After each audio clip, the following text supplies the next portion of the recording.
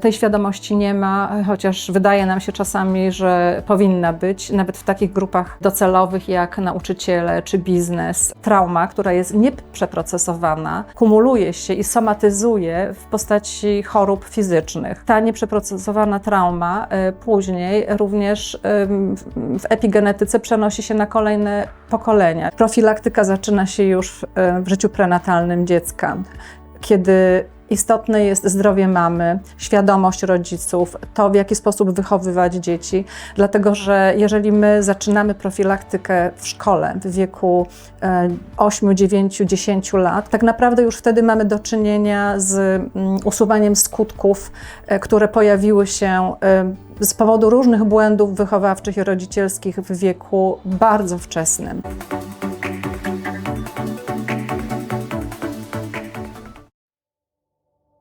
Jaką rolę odgrywa komunikacja w budowaniu świadomości na temat zdrowia psychicznego wśród młodych ludzi? Komunikacja jest fundamentalna w budowaniu świadomości, zdrowia psychicznego i w ogóle w stosunkach międzyludzkich.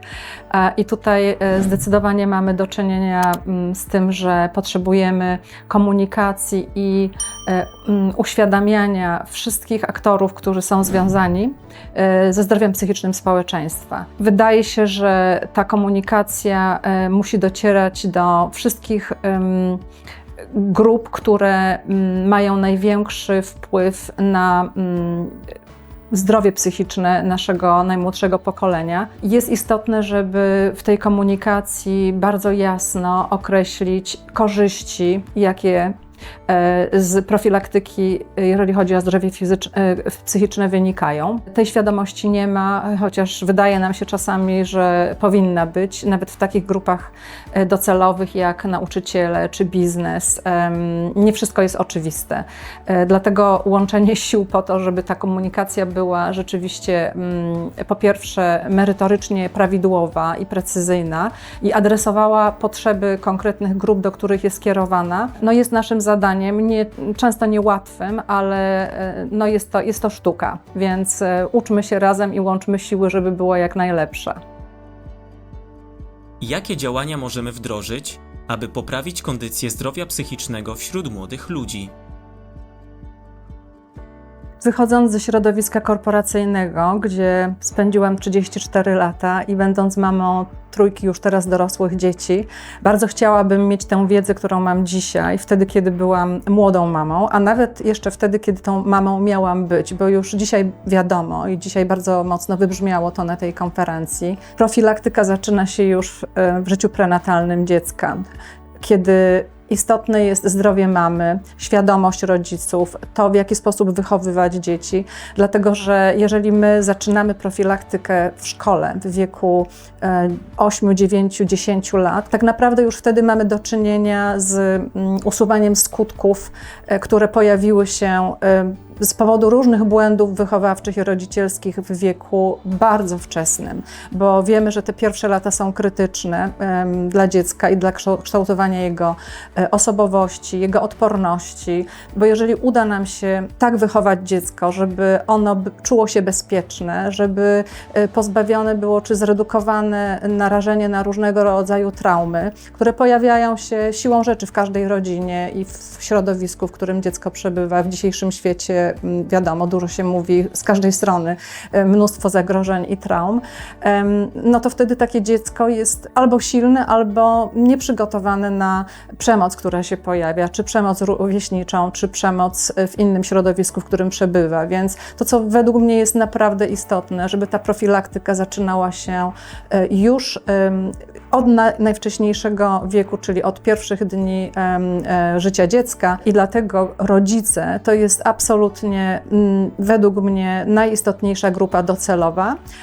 W kontekście biznesu mogę powiedzieć, że jest to doskonała platforma, gdzie tych rodziców i przyszłych rodziców można znaleźć i skierować do nich komunikację. Wynika to z tego, że firmy, biznes w dużej mierze angażuje krytyczną masę naszego społeczeństwa. Tam są dorośli ludzie, którzy są albo już rodzicami, albo tymi rodzicami będą.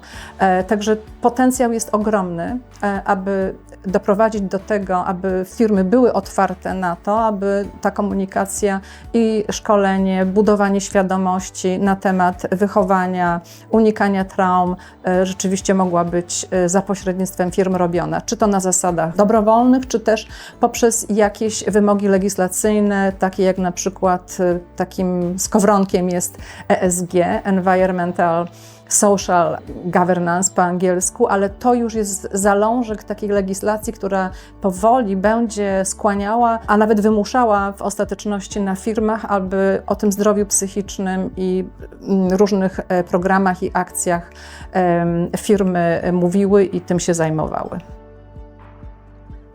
W jaki sposób firmy mogą zadbać o dobrostan zdrowia psychicznego swoich pracowników jako rodziców? Firmy mają świadomość tego, że dbanie o pracowników i ich dobrostan, ten tak zwany well-being jest ważny. Duże korporacje, ale i mniejsze firmy, które mają tę świadomość, wprowadzają szkolenia i programy, które budują świadomość, jak pracownik powinien dbać o siebie i swój dobrostan na różnych poziomach fizycznym, czyli snu, diety, umysłu, emocji. I te programy są wdrażane i istnieją. Odnoszę wrażenie, że jest duża przestrzeń na programy, które będą bardziej celowane również nie tylko na samych pracowników, ale również na wychowanie dzieci i to, co jest ważne, jeżeli chodzi o relacje rodziców z dziećmi, aby zredukować właśnie te traumy, które później są odpowiedzialne za różne choroby i zły stan psychiczny społeczeństwa. Także to jest przestrzeń, która na pewno wymaga pochylenia się nad tym, najlepiej wspólnego, żeby wszyscy eksperci, którzy znają się na swoich dziedzinach, razem zaprojektowali coś, bo to, co według mnie jest istotne, że wszystkie te działania powinny być spójne, żeby nie było tylko działań, które mają miejsce w rozproszeniu, tylko chodzi o to, żeby system, który powstanie, był w jakiś sposób spójny, synergistyczny i żeby jedne działania napędzały inne. Więc chodzi po prostu o systemowe, świadome łączenie, tak jak to było właśnie tematem dzisiejszej konferencji, różnych ekspertyz, żeby te działania robić. Wracając do tego programu, chodzi o szkolenia dla pracowników nakierowane na ich rodzicielstwo i wychowanie dzieci.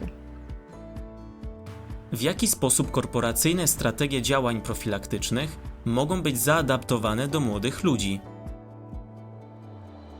Jeżeli chodzi o szkolenia dla pracowników dotyczące dobrostanu, to na pewno one wpływają na edukację dzieci i młodzieży. Na pewno przynajmniej na dwa sposoby. Po pierwsze, jeżeli kierowane są do osób dorosłych, którzy są rodzicami, to zdrowy rodzic ma większą szansę wychowywać zdrowe dzieci. Niemniej jednak programy, które są nakierowywane na dorosłych, mogą częściowo tylko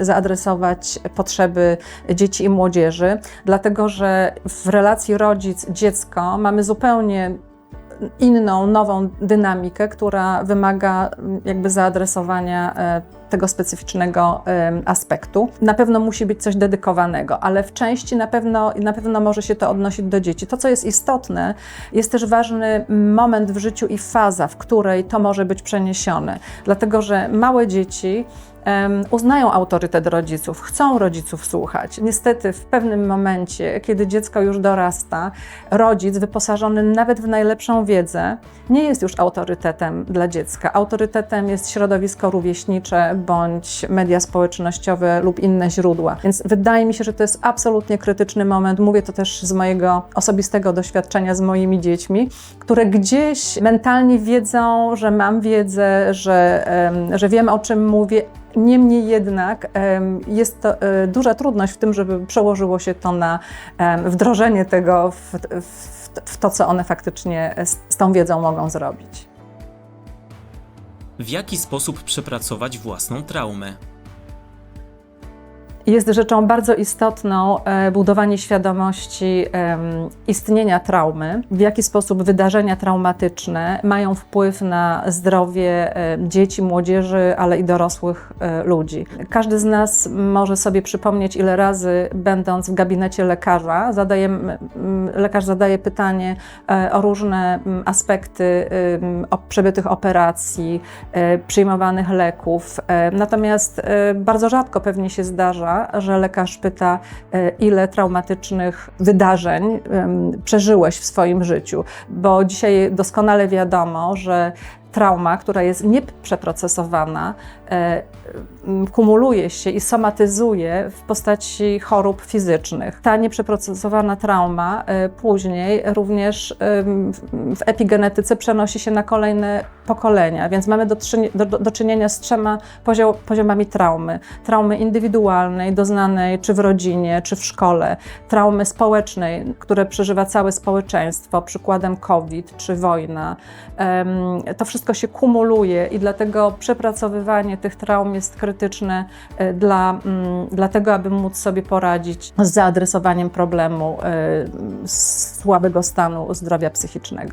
Budowanie tej świadomości o traumie i o 3 rodzajach, 3 poziomach, na jakich występuje, czyli traumy indywidualnej, zbiorowej jako społeczeństwa i tej traumy, która jest przekazywana później w postaci genów, kumuluje się i musi być przepracowywana, bo jeśli nie będzie przepracowywana, to nie poradzimy sobie z sytuacją złego stanu zdrowia psychicznego naszego społeczeństwa. Chciałabym zasugerować być może odwołanie się do wspaniałych publikacji, między innymi Gabora Mate, który wydał książkę Kiedy ciało mówi nie, bo tam bardzo jasno pisze o tym, że nieprzepracowana trauma somatyzuje się w postaci chorób fizycznych, cierpienia i wielu z nas, również dzieci, młodzieży, nie mają pojęcia, nie zdają sobie sprawy, że to nie jest wynikiem koniecznie złego odżywiania czy alergii na jakiś pokarm, tylko jest to właśnie wynik nieprzepracowanej traumy. Tą świadomość trzeba budować. Jest wiele przykładów takich i myślę, że z tą informacją, jeżeli dotrzemy do młodych ludzi, otworzy ich to na potrzebę przepracowywania różnych właśnie traum i nazwania ich po imieniu i uwolnienia się w ostateczności od tego. Jest to możliwe i wydaje mi się, że ta somatyzacja i wytłumaczenie, że taka trauma przekłada się na różne aspekty w ich życiu, na pewno może być motywacją do psychoterapii, czy indywidualnej, czy zbiorowej. Wybierz skuteczny program profilaktyczny na odbudowę zdrowia psychicznego dzieci i młodzieży po powodzi. www.programsmartskills.pl